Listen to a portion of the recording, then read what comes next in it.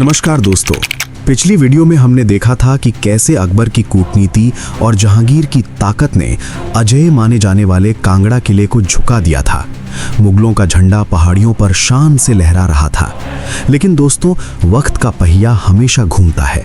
जिस मुगल सल्तनत का सूरज कभी नहीं डूबता था, 1707 में उसका भी अंत आ गया। मुगलों की पकड़ ढीली पड़ते ही हिमाचल की पहाड़ियों में एक बार फिर तलवारें खिंच गईं। तो चलिए जानते हैं मुगलों के पतन की राख से कैसे उदय हुआ हिमाचल के सबसे महान राजा संसार चंद का।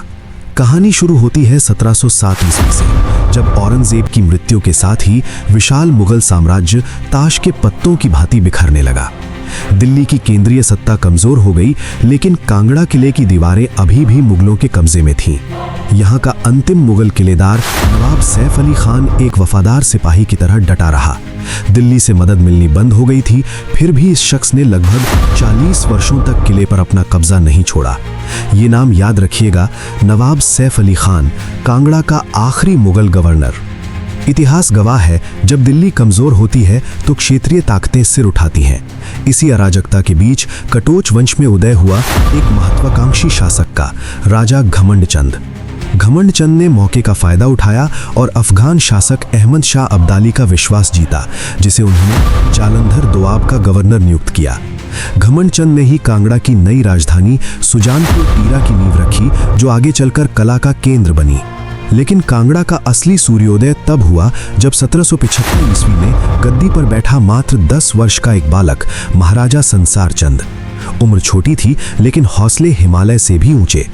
राज तिलक के समय ही उन्होंने प्रतिज्ञा ली कि जब तक मैं अपने पूर्वजों के घर यानी कांगड़ा किले को मुगलों से मुक्त नहीं करा लेता, मैं चैन से नहीं बैठूंगा।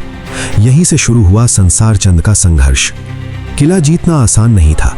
संसार चंद ने सिख सरदार जय सिंह कन्हैया से मदद मांगी। 1783 ईस्वी में संयुक्त सेना ने किले को घेर लिया।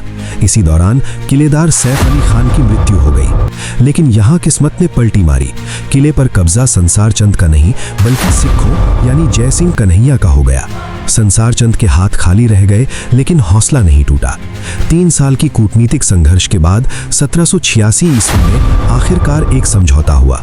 संसार चंद ने मैदानी इलाके सिखों को दिए और बदले में कांगड़ा किला हासिल किया। 166 वर्षों बाद कांगड़ा पर अपने असली वारिसों का झंडा फहराया। यहीं से शुरुआत हुई हिमाचल के स्वर्ण युग की, जहां कांगड़ा चित्रकला ने पूरी दुनिया में अपनी पहचान बनाई।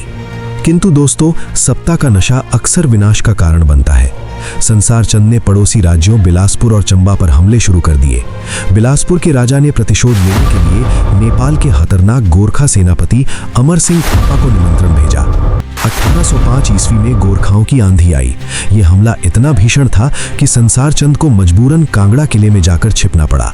4 साल, जी हाँ 4 साल तक वे किले में कैद रहे और बाहर गोरखाओं का राज हो गया। अंततः अपनी रियासत बचाने के लिए उन्हें पंजाब के शेरे पंजाब महाराजा रणजीत सिंह की शरण में जाना पड़ा।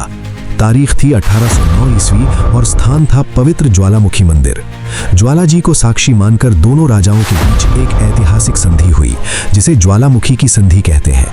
शर्त साफ थी, रणजीत सिंह गोरखाओं को खदेड़ देंगे, लेकिन बदले में कांगड़ा का किला सिखों का होगा।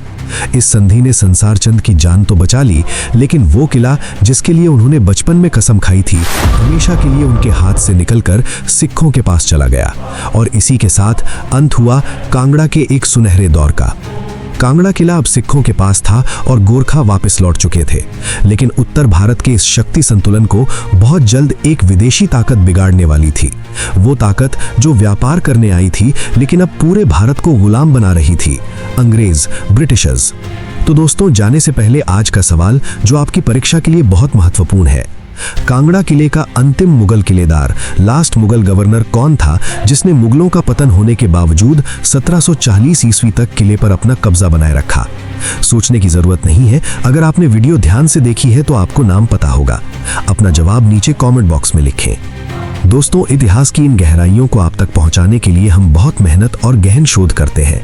अगर आपको हमारा ये विजुअल प्रयास पसंद आया है और आपको लगता है कि इससे आपकी परीक्षा की तैयारी में मदद मिल रही है, तो वीडियो को लाइक करके हमारी पूरी टीम का उत्साह जरूर बढ़ाएं। इसे अपने सभी उन सहपाठियों के साथ शेयर करें जो सरकारी नौकरी का सपना देख रहे हैं। और हाँ, इतिहास का अगला पन्ना और भी रोमांचक है, वो मिस ना हो जाए, इसलिए चैनल को अभी सब्सक्राइब करें और बेल आइकन दबाना ना भूलें। अगले भाग में हम देखेंगे कि कैसे ईस्ट इंडिया कंपनी की नजर हिमाचल की शांत वादियों पर पड़ी। क्या सिख और पहाड़ी राजा मिलकर फिरंगियों को रोक पाएंगे, या हिमाचल भी गुलामी की जंजीरों में जकड़ जाएगा?